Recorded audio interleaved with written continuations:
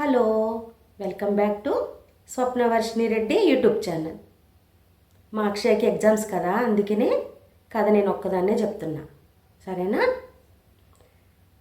ఒక చిన్న కథ చెప్తా. ఒక ఊళ్ళో ఒక వ్యాపారి ఉండేవాడు. వ్యాపార నిమిత్తం ఇంకో ఊరికి వెళ్ళాలంటే అడవులన్నీ దాటాలి. అంతటి పూర్వకాలం కదా అనమాట. ఒక ఊరు నుంచి ఇంకో ఊరు వెళ్ళాలంటే చాలా చిట్టడవులు అడవులు దాటి వెళ్ళాల్సిన టైం అనమాట. అది దాదాపు 100 years బ్యాక్ ఏమో. ఇప్పటికైనా అంతే. మా ఊరు నుంచి ఇంకో 4 ఊళ్ళకి వెళ్ళాలంటే మధ్యలో చాలా పొలాలు అలా ఉండేవి అనమాట. ఇప్పుడు పొలాలు ఉన్నాయి, అంతకుముందు అడవులు ఉండేవి. అట్లా అడవులన్నీ దాటుకుంటే ఒక అబ్బాయి వర్తకుడు కావలసిన అనుకున్న ఊరికి వెళ్తాడు. అక్కడికి వెళ్ళేసరికి చీకటి పడిపోయింది.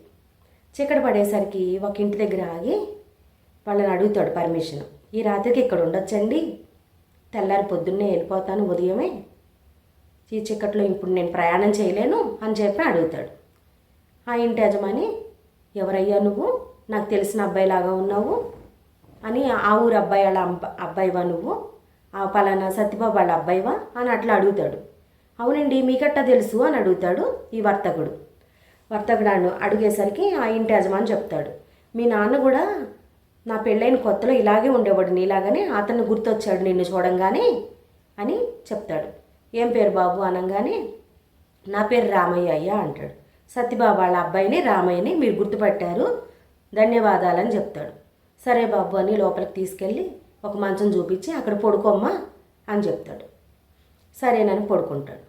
పడుకోగానే నిద్ర వచ్చేసిద్ది సత్యబాబు వాళ్ళ అబ్బాయికి, రామయ్యకి బాగా నిద్ర వచ్చేసింది. నిద్ర వచ్చేసిన తర్వాత కొంతసేపటికి మళ్ళీ మెలకువ వచ్చింది.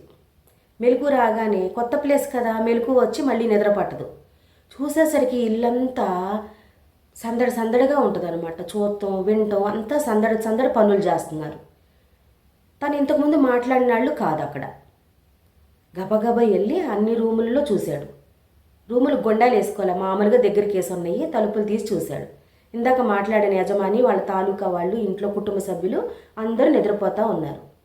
మరి వీళ్ళంతా ఎవరు? హాలు ఇళ్ళు అంతా తలుపులు కిటికీలు క్లీన్ చేస్తున్నారు, గుమ్మాలకి తోరణాలు కడుతున్నారు, ఇల్లంతా అలంకరిస్తున్నారు. అర్థం కాల. ఎవరిళ్ళు అనుకుంటా మళ్ళీ వెళ్ళి యజమానిని లేపుతాడు. ఏమండి, వీళ్ళంతా ఎవరు? మీరంతా నిద్రపోతున్నారు, తలుపేమో తీసుంది, ఎవరు వీళ్ళంతా? ఎందుకు తుడుస్తున్నారు, క్లీన్ చేస్తున్నారు ఏంటి అని అడిగేసరికి, వాళ్ళ పనులు అలాగే చేసుకుంటారు, నీకేం భయం లేదు, పడుకో, తెల్లారి లెగిసి వెళ్ళిపోదు కానీ అనేసరికి మళ్ళీ అడిగేసరికి ఇక చెప్తాడనమాట యజమాని. ఈ ఇల్లు 200-300 సంవత్సరాల క్రితం ఒక యజమానిది.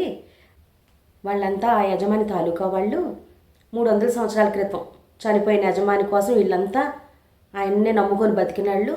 ఆయన చనిపోయినా కూడా వీళ్ళంతా కూడా ఇలా పని చేస్తూ ఉంటారు. 4 రోజుల్లో పండగ ఉంది కదా, అందుకే అంతా క్లీన్ చేస్తున్నారు అని చెప్తారనమాట ఆ ఇంటి యజమాని.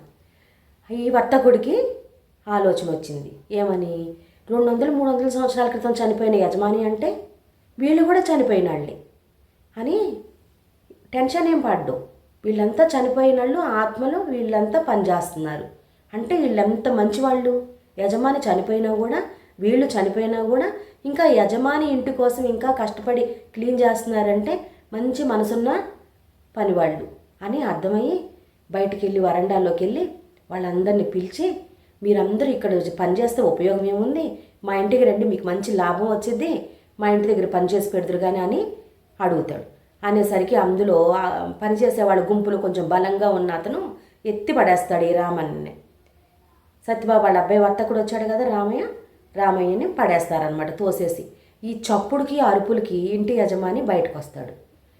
చూస్తే అర్థమవుతుంది, ఈ వర్తకుడిని కొట్టేసి పడేశారు ఇళ్ళు పనివాళ్ళు అని అర్థమయ్యి ఏం జరిగింది అని అడుగుతారు. అడిగేసరికి వీళ్ళు నన్ను కొట్టి పడేశారు అని చెప్తాడు. ఏం కాదులే, నిన్ను ఇంట్లో పడుకోవద్దు బయట పడేశారు అంటే నాకేదో మంచి చేద్దామనే చేసుంటారు. ఏం కాదులే, వరండాలోనే పడుకొని పొద్దున్నే వెళ్ళిపో అని తలుపు దగ్గరికి వేయకుండా ఆ ఇంటి యజమాని గుండె వేసేసుకొని పడుకున్నారు.